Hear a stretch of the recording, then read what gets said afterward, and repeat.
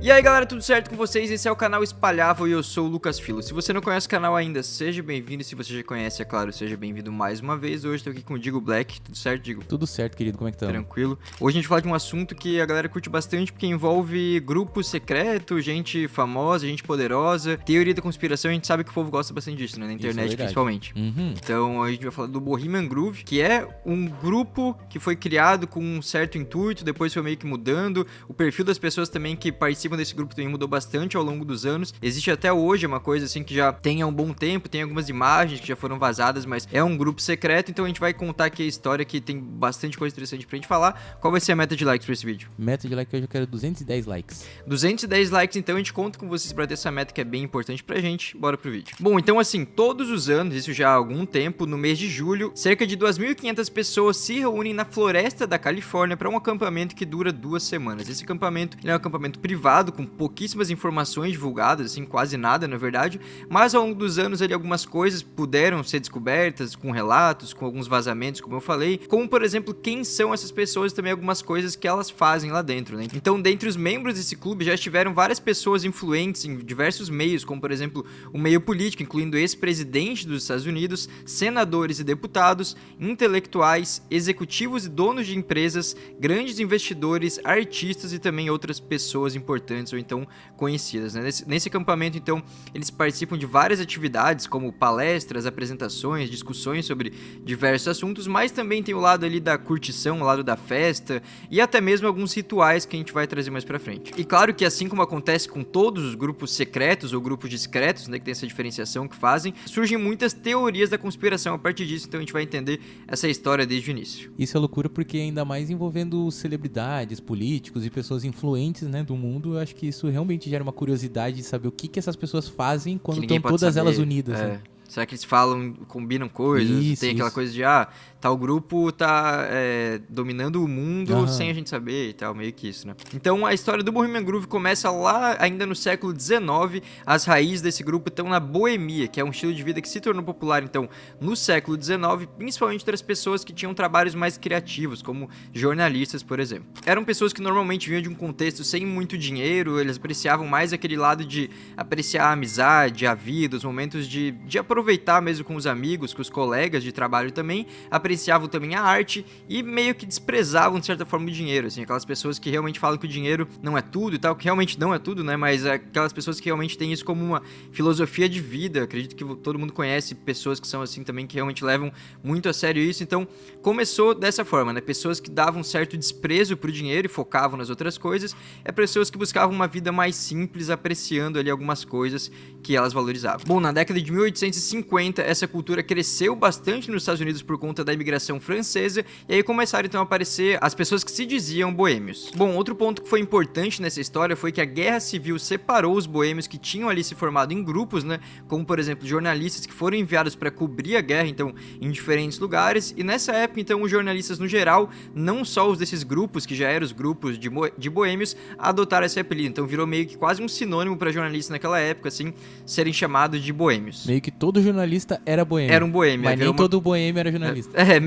Meio que isso, mas o jornalista ficou realmente um estigma assim pra cima do jornalismo naquela época. Mas nem todos, como o Digo falou, todos os boêmios eram jornalistas, e uma pessoa famosa, inclusive, que era boêmia, mas não era jornalista, é o Mark Twain, né, escritor, que também tem vários livros conhecidos. Bom, em 1872, essa ideologia chegou com muita força, especificamente na Califórnia, e então um grupo de jornalistas decidiu criar o Bohemian Club, começando então como uma espécie de grupo para beber e apreciar a arte. Eles começaram isso numa parte de um hotel, então esses lounge assim de hotel, sabe, esses espaços assim que você pode se reunir com as pessoas, tem aquele barzinho e tal, iam num hotel porque sabiam que ia ter bebida, ia ter um espaço fechado que não ia ser qualquer um que ia entrar, então eles começaram a se encontrar nesses lugares e aos poucos foram abrindo mais espaço dentro do grupo, então, que acabou se tornando popular entre os empresários, que é uma diferença muito grande ali para aquele início, né, que era só os jornalistas, pessoas que não ligavam muito para dinheiro, se são empresários empresários são pessoas que ligam pra dinheiro, né? Porque isso é verdade. se você é empresário, se você liga pra dinheiro, vai falir, né?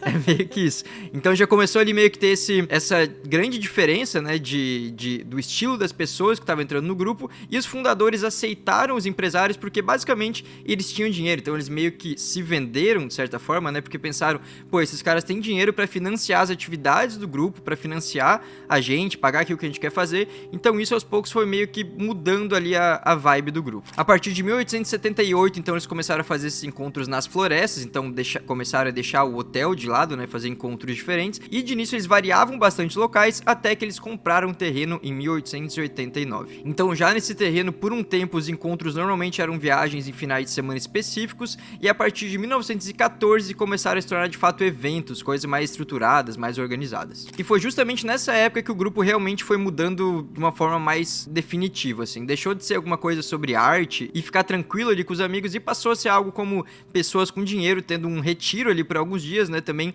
se encontrando com outros membros da elite e sendo entretido pelos artistas. Então os próprios convidados do grupo passaram a ser pessoas consideradas de alto nível, da elite, do primeiro escalão da sociedade, nessa escala social, né? Assim como alguns dos membros que iam entrando no grupo, e isso se tornou algo muito comentado em São Francisco. Então começou a chegar em outras camadas na elite, começou a ter essa mistura, né? Antes era uma coisa só, depois foi abrindo, e isso acabou sendo muito comentado. Então o grupo que já era algo fechado, ele começou a ser meio que exposto de certa forma, ou então menos fechado do que ele foi se tornando depois, e é hoje em dia que é uma coisa realmente muito fechada. Bom, e isso começou a mudar novamente na década de 1930, e muitos apontam que tem a ver com algo muito importante que aconteceu nos Estados Unidos, que foi a Grande Depressão, né? Chamada de crise de 29 também, né? Que começou ali em 1929, foi uma recessão econômica muito grande que atingiu o país, assim, em muitos aspectos, e teve um impacto por muitos anos também, demorou um bom tempo pro país se reconstruir de fato. Apesar disso, o Bohemian Club em si continuou fazendo os eventos normalmente, fazendo investimentos altos, inclusive aumentando os investimentos, como por exemplo, eles compraram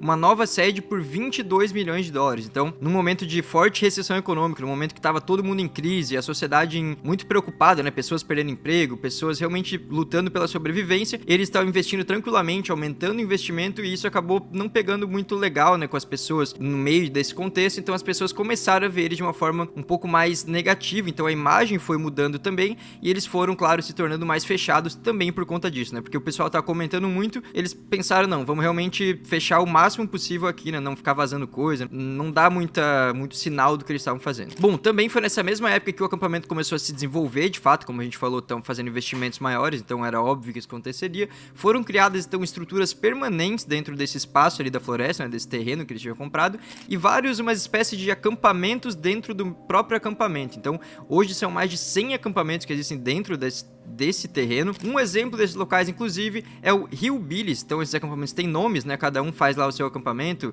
investe, claro, e coloca um nome. Tem o Hillbillies, que é dos Bush, que foram presidentes dos Estados Unidos, né? Então, tanto o pai quanto o filho, né, que foram presidentes, ambos fizeram parte do grupo, e também tem esse acampamento deles lá, esse acampamento dentro do acampamento, né? E esses locais que eles ficam lá são bem variados, assim, tem chalés bem confortáveis, tem vários tipos de estrutura, também tem alojamentos mais simples, com banheiros compartilhados, então cada um tem o seu estilo ali, né, e faz o seu próprio acampamento. Acredito que os chalés mais confortáveis são dessas pessoas que a gente falou, né, das celebridades, políticos e tudo mais, e os alojamentos mais simples devem ser da galera que trabalha lá, né, porque quem serve, quem limpa, também tudo... tem que dormir lá, né? Tem que também dormir lá. Então provavelmente tem essa lógica lá, inclusive a gente vai falar mais pra frente dessa mudança que acabou acontecendo, assim. O acampamento também tem vários lugares pra entreter as pessoas, né? Por exemplo, tem teatro, cinemas ao ar livre, restaurante, bar, também tem um museu de história natural e um lago. E é justamente do lado desse lago que tá o local que chama mais atenção em toda essa estrutura, que é uma coruja de 12 metros feita em pedra. Então a gente vai pôr a imagem,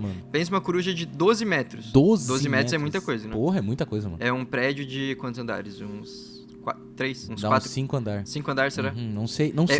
Eu acho que dá uns 4, 5 andares. É. Então pensa, um prédio de 5 andares, tem uma coruja desse tamanho, coruja feita de pedra, então chama muita atenção por conta disso, né? E também pelo que eles fazem ali, né? Porque é ali que ocorre o principal ritual do grupo, que é chamado de The Cremation of Care, que é algo como a queima das preocupações em português. Bom, mas o que é feito nesse ritual, né? Isso sempre foi uma dúvida de muitas pessoas especulavam o que aconteceria ali, ainda tem especulações sobre isso, mas no acampamento de julho outubro de 2000, um apresentador e também um teórico da conspiração, é uma pessoa bem polêmica até nos Estados Unidos, é bom a gente reforçar aqui, o Alex Jones, ele conseguiu se infiltrar no grupo e mostrou como funcionava o ritual. Ele mostrou ali que foi um ritual simbólico na abertura do evento, então no primeiro dia, né, do acampamento que eles teriam, representando a libertação das preocupações do dia a dia e o início das atividades que eles teriam ali pelas 2 semanas, né? É semelhante a uma cerimônia pagã, tem ali, a maioria dos membros fica só assistindo, não participa ativamente, enquanto um sacerdote que tá ali usando uma túnica prateada e uma capa vermelha lidera, né? Ele que comanda ali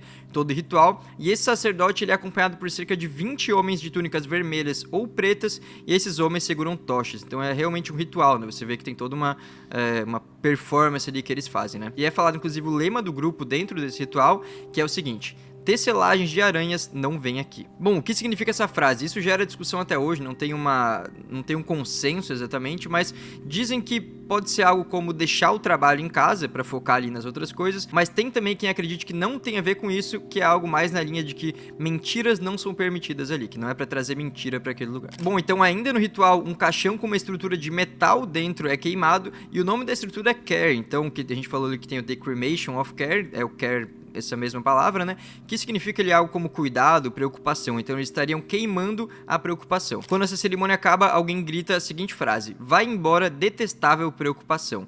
Eles soltam fogo de artifício também e ali termina o ritual, que é o principal do grupo. Então basicamente o que eles querem dizer aqui é que foi um momento de você queimar as preocupações, as coisas que você tem no seu dia a dia, né? Aquilo que tá na cabeça durante a semana, para começar ali um momento totalmente diferente, com a cabeça fria, com a cabeça livre desses problemas que você teve no seu dia a dia. Bom, e durante os dias do acampamento rolam várias coisas além das atividades, né? Como a gente falou, tem as palestras, apresentações, tem essas coisas que já são planejadas e alguns relatos apontam outras coisas que acontecem no acampamento. Como, por exemplo, funcionários que falaram que muitos homens gostam de se disfarçar de mulher, principalmente para representar papéis femininos nas apresentações. Também tem relatos de pessoas de drag, pessoas em fantasias, pessoas peladas e também uma prática bem esquisita que é meio que uma tradição que eles têm, que é de urinar em árvore. Então realmente tem várias coisas meio esquisitas, diferentes, bizarro, que fazem as pessoas ficarem ainda mais curiosas, né? Pô, qual é o significado de você ter uma tradição de urinar na árvore? Isso significa alguma coisa? Ou é só, pô, tem um banheiro do lado? Eu acho que é meio que uma viagem com essas paradas que nem a gente falou de